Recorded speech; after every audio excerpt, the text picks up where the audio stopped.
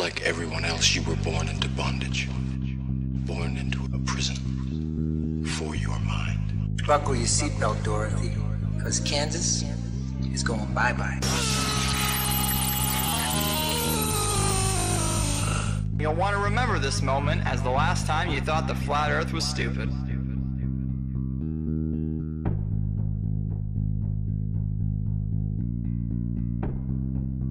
Hello everyone, this is ODD, and yes, I'm finally admitting that even though I don't like labels, I'm a flat earther. Based on my research for the past 10 months, our world is very different from the model that we are being taught by the authority on the matter. It took me a while to come to terms with this, and it took even longer to gain the courage to talk about it. It can be pretty embarrassing to go against popular opinion, but this is real. It's not a psyop, it's not a distraction, and it's not a bandwagon. It's a reasonable debate. It's thousands of people taking what we've been told and comparing it to what we see and experience, only to find out that they do not match up. Once you start digging into this, it becomes clear that there is no evidence for the speculated spinning ball that we supposedly live on, and everything points to a flat earth. The flat earth is much more than just reasonable. The one and only reason that it's reasonable to argue against the flat earth is that we've all been taught otherwise our whole lives. We blindly believe something that A, has never been proven, and B, is pretty much fucking impossible.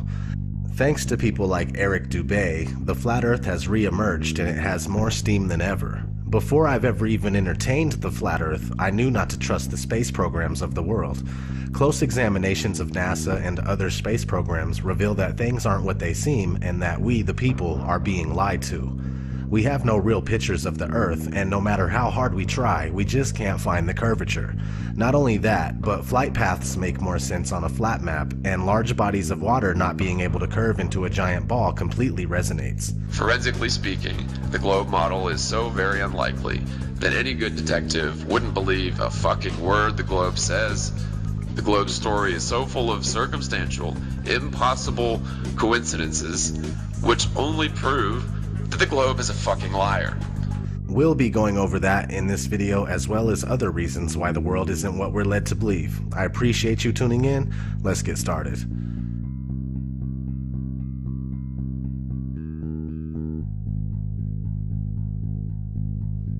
Our daily observations of the Earth are consistent with a flat and stationary surface.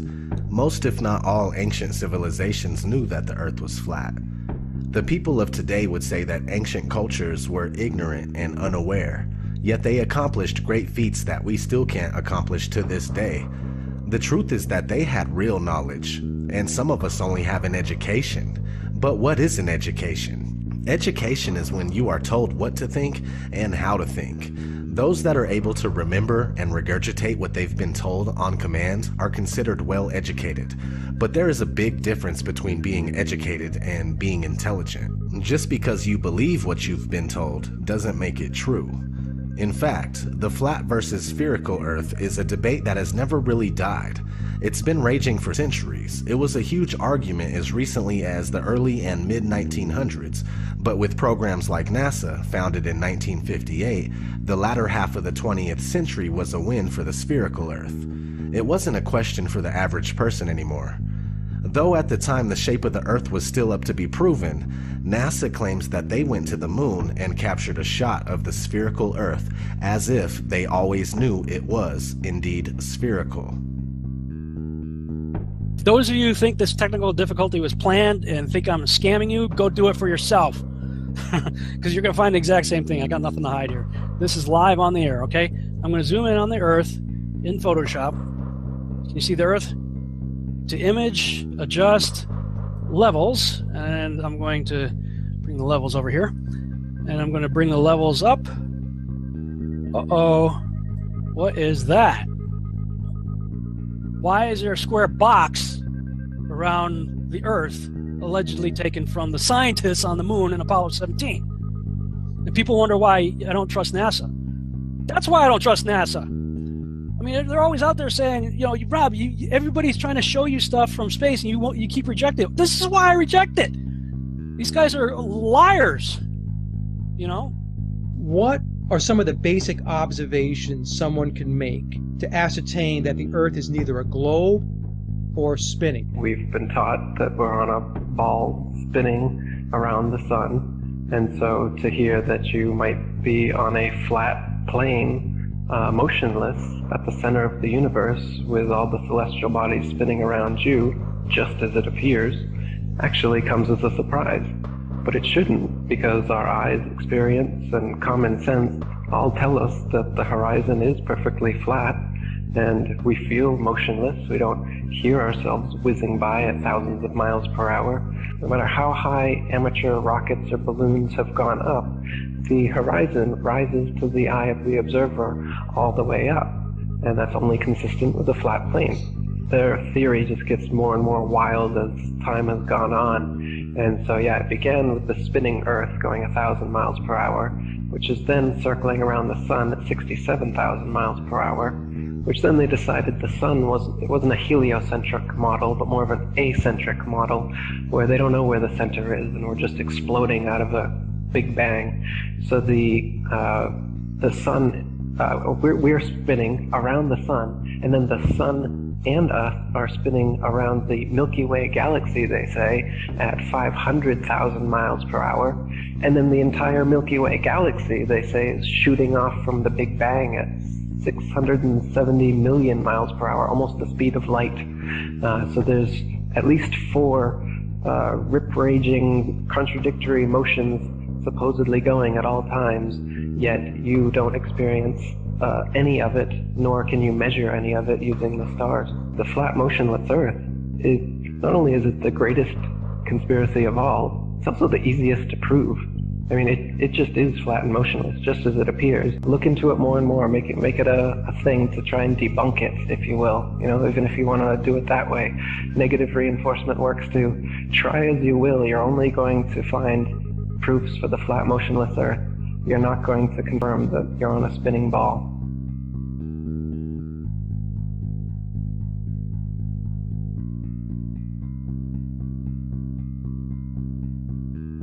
The curvature of the Earth eludes us.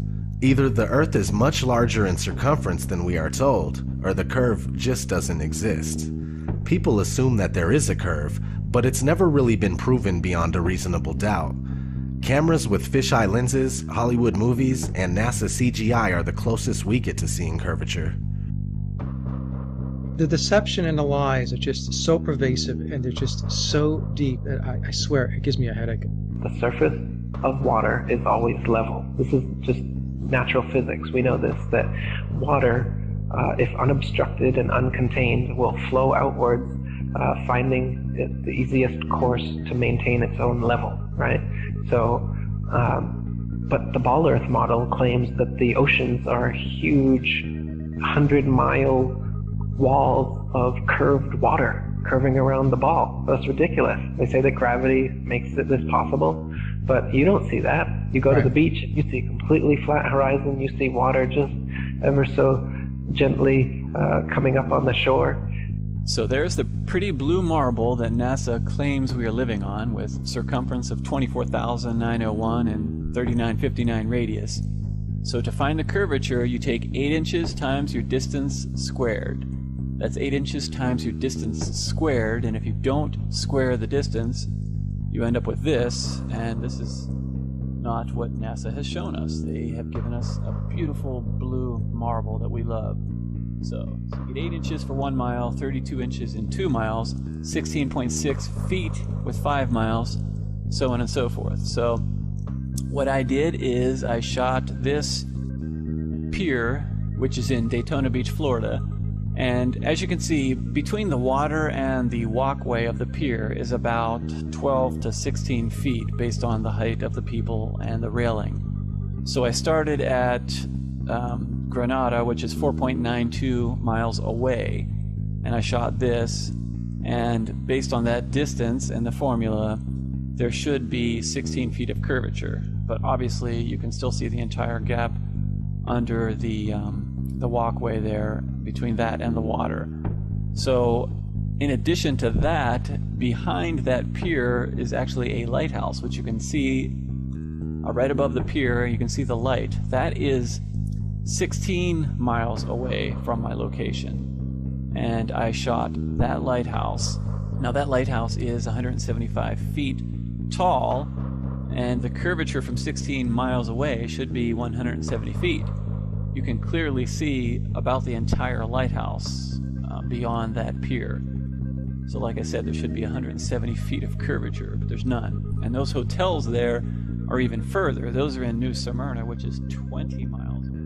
If NASA is right, and there is, we do live on a ball, they're going to have to make up that curvature. If it's not in the 20 miles I'm shooting, well then that means it's got to be made up further on down the line. So you can't have it both ways. You can't say we live on this ball and then say, oh, you can't detect the curvature. Well, you got to detect it somewhere, because if it's not dropping here, it's going to have to drop even more down the lines in order to make that circle, that ball they say we live on. And it's pretty round. That blue marble they give us is perfectly round. Lighthouses are one great example. The Isle of Wight Lighthouse in England, it's 180 feet high and can be seen up to 42 miles away, a distance at which modern astronomers say the light should fall 996 feet below the line of sight. Why can you still see it? Another one worth mentioning that people be familiar with is the Statue of Liberty. It stands 326 feet above sea level, and on a clear day can be seen as far as 60 miles away. Now, if the Earth was a globe at the dimensions that they give us, that would put Lady Liberty at an impossible 2,074 feet below the horizon.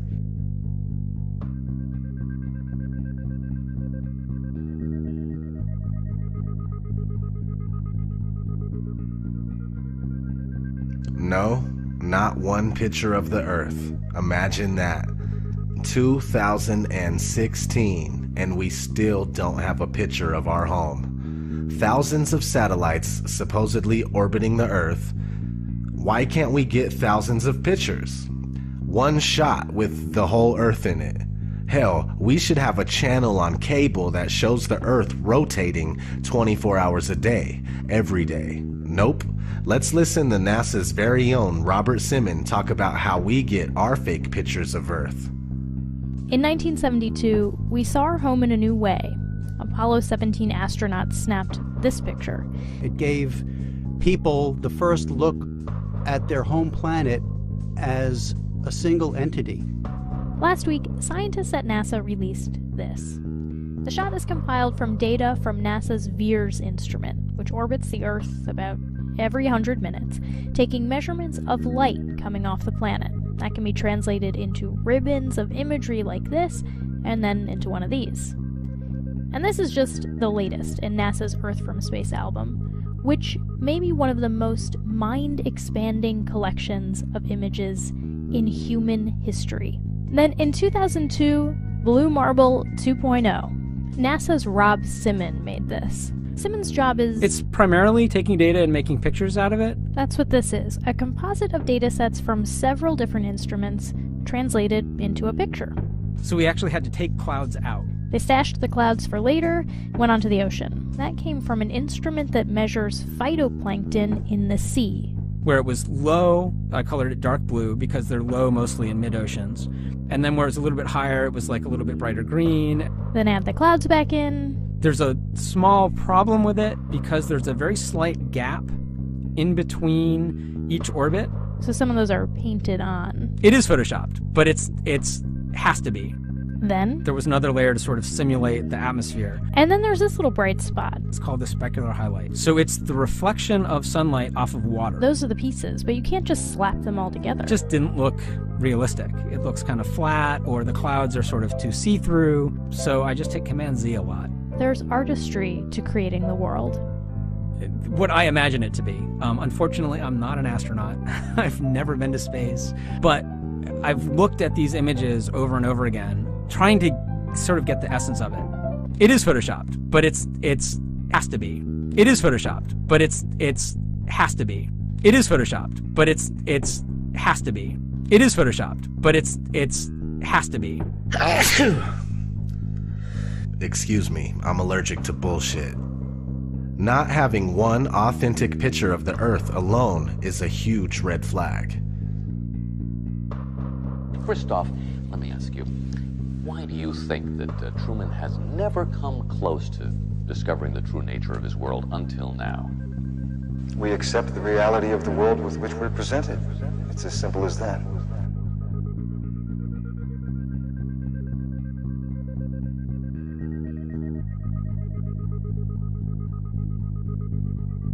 The flat Earth model is a working model. It's by no means definitive due to the nature of this massive cover-up.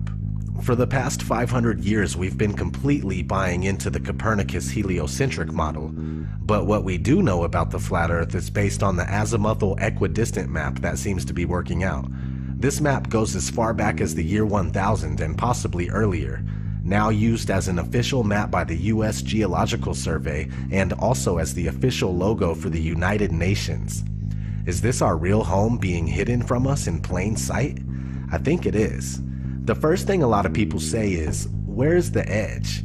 Well, look at this map where Antarctica is a 360-degree ice barrier that holds the water in. These ice walls are real and they stand 150 feet above the surface of the water.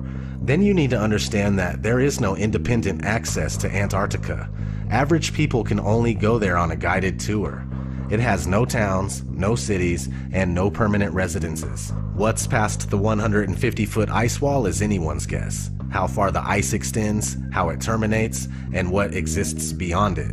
The Antarctic Treaty, signed in 1959 by 12 nations and more later on, states that Antarctica is for peaceful purposes only. No military activities, just scientific research and government exploration. Expeditions by any party must be discussed in advance.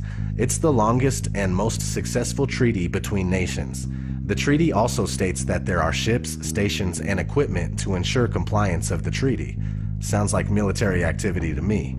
Anyway, so this azimuthal equidistant map appears to be correct for the most part. Over the centuries, there's been other maps that look pretty close to it as well. Let's look at an interesting story that was recently in the news that supports this flat map. A woman gave birth on a flight from Bali to Los Angeles, so the flight made an emergency landing in Alaska. Here's what it would look like on a globe.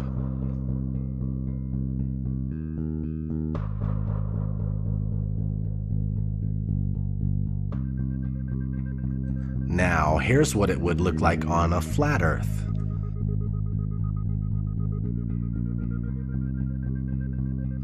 Which one makes more sense? Exactly. A big issue I was having with the flat Earth for the longest time was the sunrise and sunsets. I realized that it was a perspective issue. First, you must understand that the sun is not 93 million miles away. If it was, we would never see anything like this here. This is concentrated because it's closer. It's much more probable that the sun is only a few thousand miles away and that it's the same size as the moon. Once you comprehend this, all of the sudden, solar eclipses make sense. Holy fucking shit! Something that makes sense! Okay, so the sun is close, which gives it the ability to spotlight the area that it's over, and when it leaves your view, due to perspective, it takes the light with it. There is a generous amount of light where the sun is at, but since it's so close, it doesn't spread its light like it would if it were bigger and further. The sun circumnavigates the Earth like a huge clockwork. Sometimes that takes a while to sink in. Alright, let's talk about the Coriolis effect. The Coriolis effect states that when a moving object leaves the ground, the Earth continues to rotate, meaning that when shooting a gun at a certain distance, the bullet would be a little off due to the Earth's rotation. If that's the case, then airplanes would have to account for the Coriolis effect, but they don't. This is only a few things that work better on a flat, motionless Earth. Do you need 100 excuses as to why you're not feeling any motion or seeing any curvature? Are those excuses easier to believe? Or is it easier to use Occam's razor and go with what our senses are telling us? The Earth is flat and not spinning. Now, real quick, let's kind of just explain the Coriolis effect in layman's terms. The Coriolis effect is the effect that when the bullet leaves the barrel of the gun, it is actually leaving the surface of the Earth. So as the bullet leaves the barrel of the gun, the Earth is still rotating. and the bullet is not rotating with the Earth. So the Earth will actually rotate out from underneath of the bullet while it is in flight.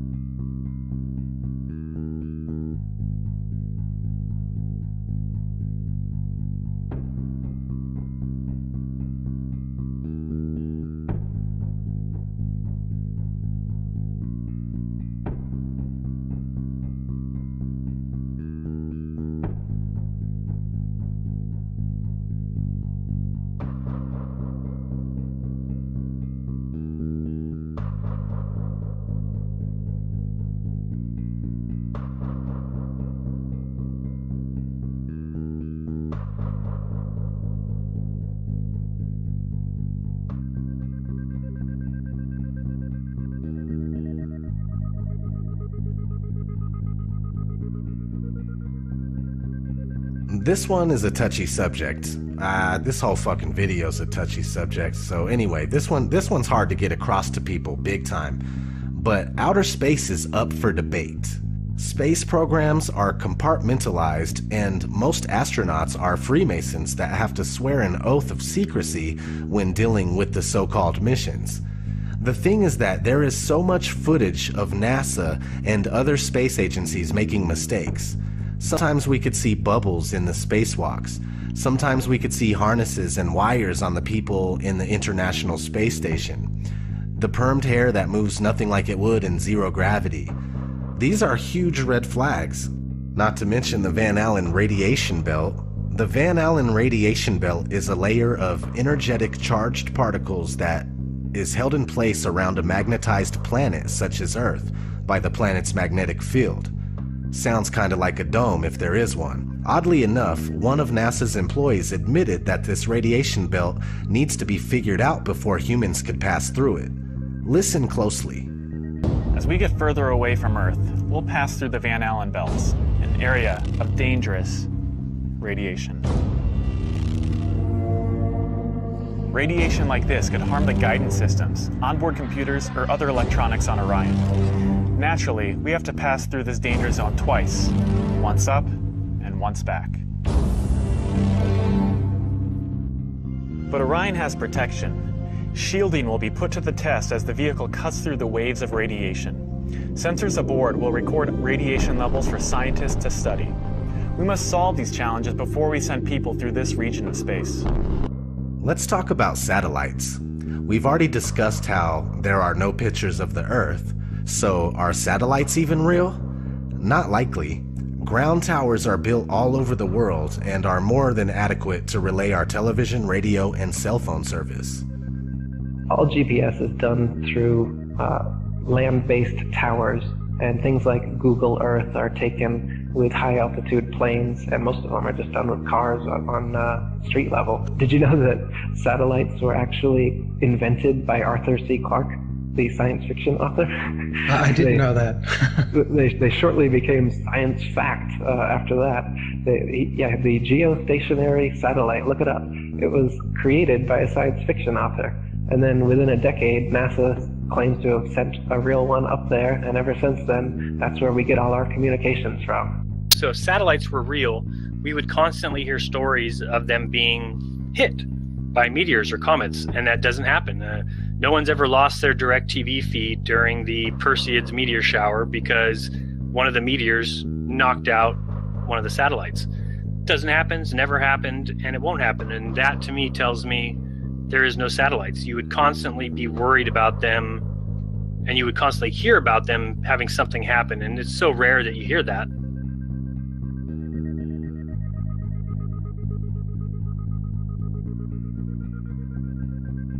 So you may or may not have heard the term cognitive dissonance. Cognitive dissonance is when new information challenges your beliefs and you just can't let go. It's just like that scene in The Matrix. No. I don't believe it. It's not possible. Stop.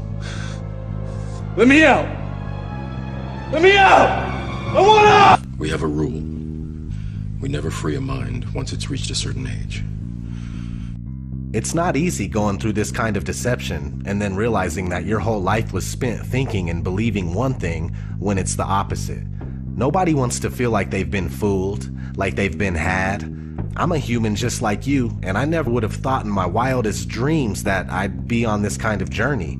This journey of realization and reckoning. This journey of putting everything I know to the side so I can absorb information that seems ridiculous, yet so sensible. It's time to say fuck it. It's not your fault that you were wrong. It's not your fault that you fell for a trick that the whole world also fell for. I'm right here with you. It's time to take down your mental barrier and recognize that we have a lot of work to do in order to find out what this place really is and why we're here. It's not to be slaves of the dollar. It's not to be slaves of the clock. Our reality is being manipulated and hidden from us. Please wake up and try to awaken those around you.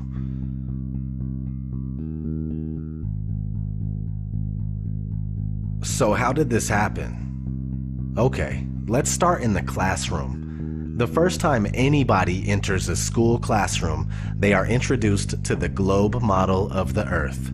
This three-dimensional scale model of the Earth that has never been proven was invented in the 1400s. Fast forward to 1927, a big-budget movie company called Universal Pictures came out with its movie intro, and guess what? The spinning ball Earth still hasn't been proven. This is 30 years before NASA was founded. Over the years, Universal kept coming out with similar logo intros, and to this day, we see the spinning ball Earth before many of the movies that we watch.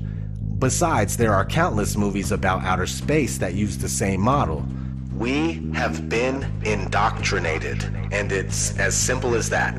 For the spherical Earth to remain unproven after this long is a wake-up call to everybody that lives here. We need to shed this programming right here, right now, and find out what the fuck is going on. No more embracing this sick illusion that was created by psychopaths. I'm going to keep searching for answers and trying to make something happen. All I want to know is, who's coming with me?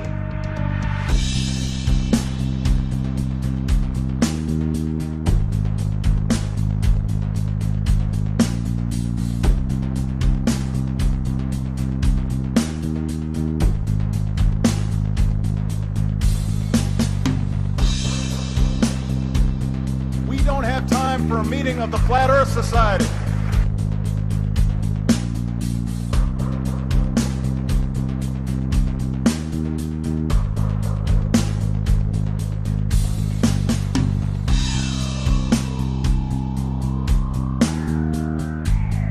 I'd like to be an explorer, like the Great Magellan. Oh, you're too late. There's really nothing left to explore.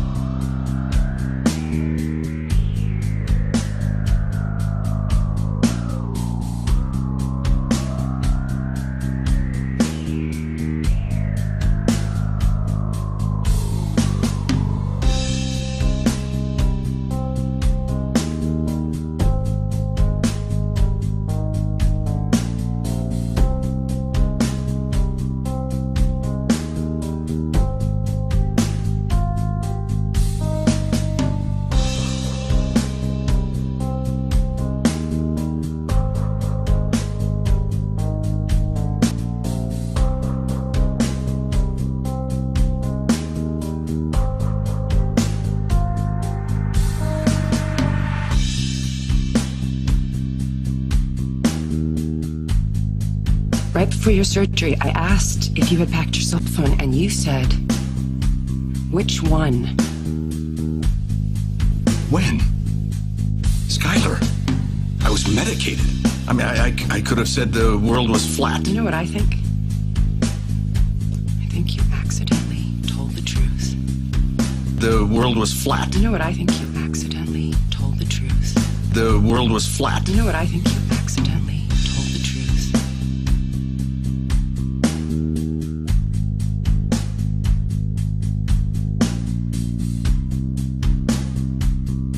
really the evidence shows me that it's flat and stationary. There is much more evidence based on just pure analysis that it's flat and stationary.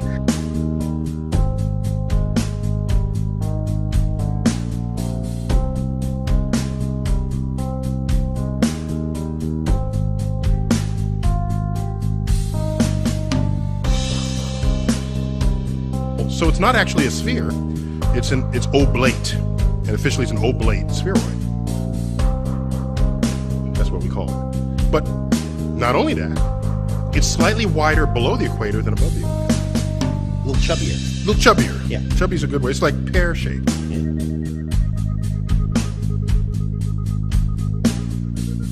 Really, we're in big trouble as far as lack of critical thinking and lack of free thinking. We really are in big trouble. We need to step it up as far as the awakening goes. You really need to put your thinking cap on, and you really need to start to look at these things and look at them with a critical eye and with a critical mind.